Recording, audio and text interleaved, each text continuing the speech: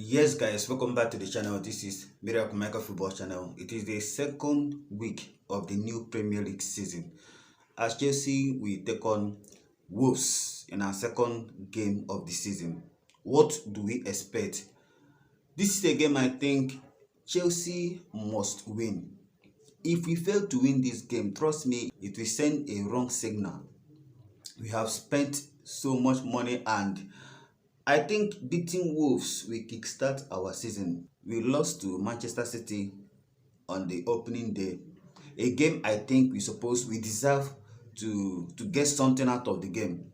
If not for the missed chances because of the problem that plagued us last season, which is having a center forward that can actually put the ball at the back of the net.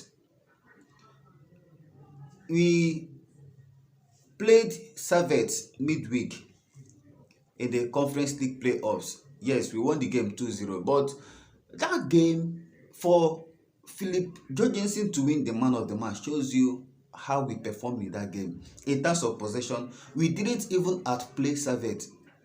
We did not outplay Servette. And I still don't understand how Chelsea let up to 22 attempts against Servette. I am not trying to underestimate or talk down at the club, no. But we are Chelsea. Conceding up to 22 attempts is not acceptable in this level against a team like Servette. We still have lots of work to do in this Chelsea team. Look at Manchester City. Just look at Manchester City, what they are doing. They are building an exciting team that plays beautiful football, but they have a focal point. They have a focal point, a striker that can actually put the ball at the back of the net. We have seen how they play beautiful football with the likes of Gabriel Jesus, Raheem Sterling. You see how they paint the ball, play around the opposition 18 yards. But with Haaland at that 18-yard box, all Manchester City needs to do is to give the ball to Erling Haaland, and they are rest assured that out of every 3 chances, he must score 1. He scored 1 against Chelsea, the first opportunity that came to him. Then in their last match, he scored 3, making it 4 goals in 2 matches. This is what differentiates Manchester City with other EPL rivals. But Chelsea, despite the fact that Romelu Lukaku to Napoli is here we go, and we have stripped off the number 7 from Raheem Sterling, meaning he is no more part of us. Ben Chilwell, another player that will be leaving. These 3 players are 3 of the highest earners. Lukaku is on 325,000, same with Raheem Sterling, who is earning over £300,000 a week. Ben Chilwell as well is on high wage.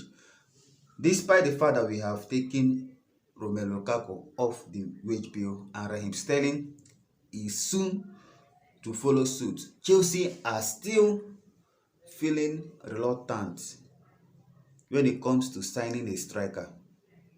Just look at against Servette. Anybody can miss a goal, yes, but look at the goal that Maguire missed. You don't blame him. He is still young. You don't expect much from him. You don't mount so much pressure on a young striker. You don't do that. You don't do that. The talent is there, the potential is there, but for now he is not ripe to be a striker for Chelsea. He is not ripe to start games for Chelsea. The pressure is much. We don't have a clinical number 9 that will elevate this Chelsea team. We have signed exciting players, but none of them has improved us from what we were last season. This is just the honest truth. We completed the signing of PEDRO Neto, who played against Manchester City. He came off the bench, I guess, yeah. And also, he also started the game against Servette. We completed the signing of JOàO FELIX. He returned back for this time around on a permanent deal. We signed Kenyan Dewsbury Hall. None of these players improved us from what we have in Kopama, from what we have in Christopher Nkunku, Noni Madueke. What this team needs, Chelsea are playing beautiful football, but what we need is a clinical focal point. Victor Osimhen is available, but Chelsea are still waiting for a loan opportunity. Look at what Fabrizio Romano said regarding the Victor Osimhen's situation, linking him to Chelsea. Chelsea are exploring opportunities for a striker. Forget about Victor Osimhen now. He is one for the final days of the window. Let's see if Chelsea can find a way. They are still dragging the deal.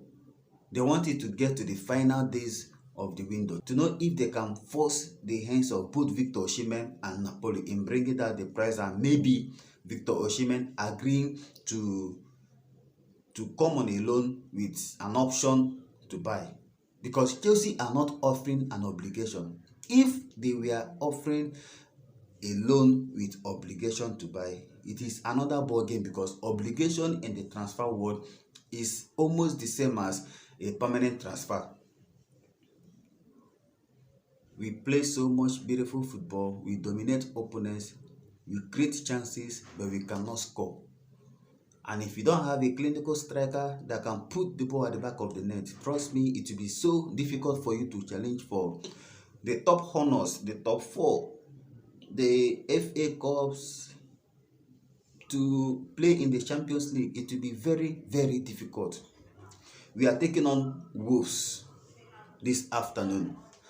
How prepared are we? One of their players are talking about how they beat Chelsea two times last season, and they have every possibility. They have the opportunity, or maybe the chance of winning Chelsea again. But I think we have enough firepower to humiliate Wolves. We didn't beat them last season. This season is a time for payback. I asked a question in the community if you would like JOAO FELIX to start the game, or maybe to start from the bench. I think JOAO FELIX is an exciting player, but the question is, where will he fit in?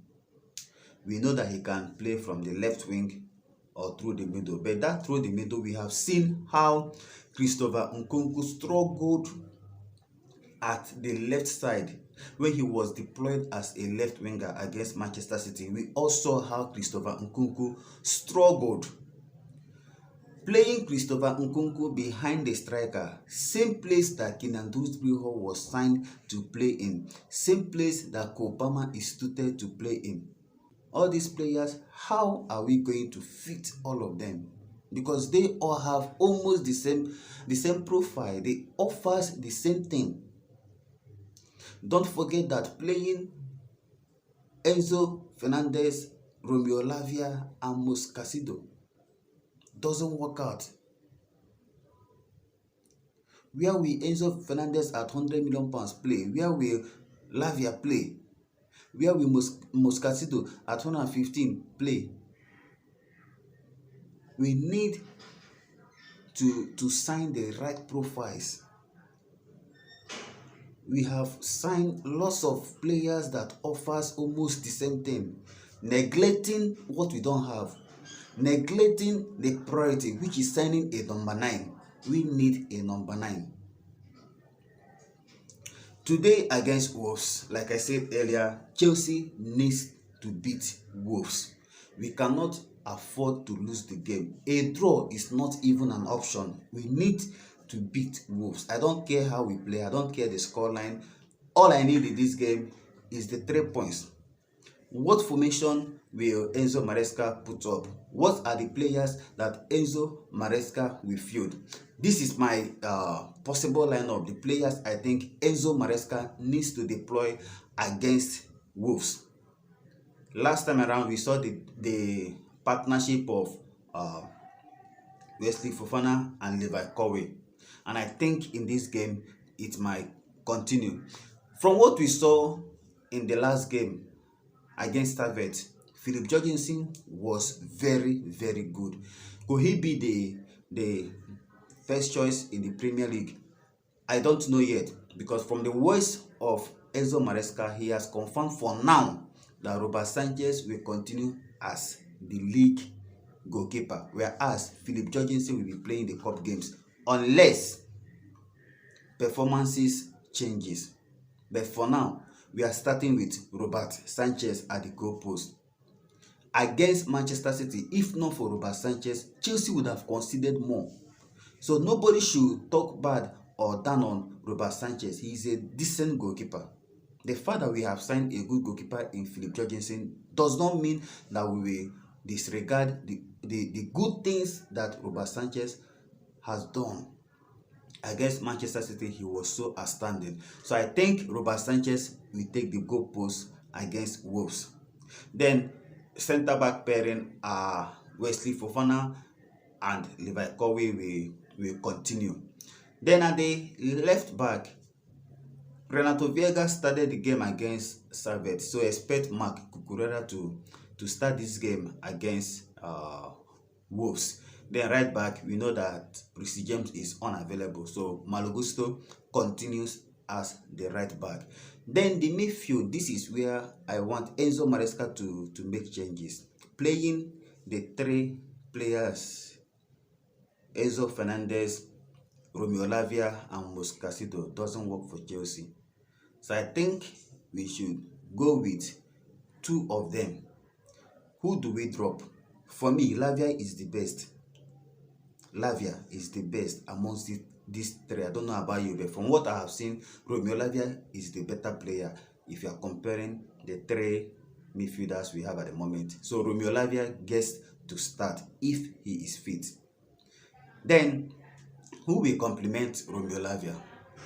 Enzo Fernandez is a very good player, but when it comes to defensive and overall work rate, I think Moscasido has edge. So because of our shaky and leaky defense, I think Moscasido should partner Romeo Lavia. So we have the midfield pairing of Moscasido and Romeo Lavia. Then this is where it gets exciting. Like I said earlier, we have so many players that can play as the number 10 or number 8. So many creative players. But I think this game, Cole Palmer will complete the midfield, playing through the middle. Then at the attack, I think we have Noni Madueke as the right winger. Then left winger, we have let's say Mikhailo Modric didn't actually impress the coach in the last game against Servette, and the absence of Raheem Sterling and the way Christopher Nkunku struggled the last time out. I don't know. Maybe we just have to also see the combination of Christopher Nkunku and Nicholas Jackson, because we don't have a better option in the number 9. Magui is not a better option to play there ahead of Nicholas Jackson. So this is the predicted lineup. This is not the official lineup. Let me see your thoughts in the comment section. If you are here to like this video, please do well to like this video and subscribe, turn on your notification bell. Chelsea versus Wolves. Remember last season we did not beat Wolves. This is an opportunity for us to get our first win of the season, to get the first 3 points of the season. We cannot afford to miss this opportunity to get the 3 points. I guess after this game, this is the last Premier League game, if I'm not mistaken, before the international break. Yes. So we need to get our acts together. The defenders, they need to be wary. Against Servette, we allowed them so many opportunities. We allowed Servette so many opportunities that made them to have so many chances. If not for Philip Jorgensen, we would have considered possibly, just maybe would have even lost the game if not for Philip Jorgensen against Servette. And we know that Wolves are of different level compared to Servette. They will take their chances. Wolves are not Servette. They are better. They are of a higher level. We do not need to give Wolves those opportunities that we gave to Servette, because they will punish us. Pedro Neto will be facing his former club. We signed Pedro Neto from Wolves. So how will he perform? Then another player that might have a toxic reception from the Wolves fan is Noni Madueke, because of the Instagram post he mistakenly uploaded, though he deleted it almost immediately and apologized. But trust me, Noni Madueke, if he gets to the field, might get booed by the Wolves fans. Guys, what do you think? What are your expectations in this game? For me, I think Chelsea will win this game, but I don't see us keeping a clean sheet. My prediction in this game is Chelsea 3, Wolves 1. I think we will win this game. Kopama will score the goal. Christopher Nkunku will score the goal. Then maybe, just maybe, Pedro Neto will score his first goal against his old club. This is my prediction. Let me see your prediction in the comment section. Don't forget to turn on your notification bell, because after this game, I'll be coming here to give you the match analysis, the post-match reaction from the coach, and the player ratings. This is your channel. This is Miracle Maker Football Channel. Stay cool and stay blessed. Happy Sunday to you all. Blue always will be the color.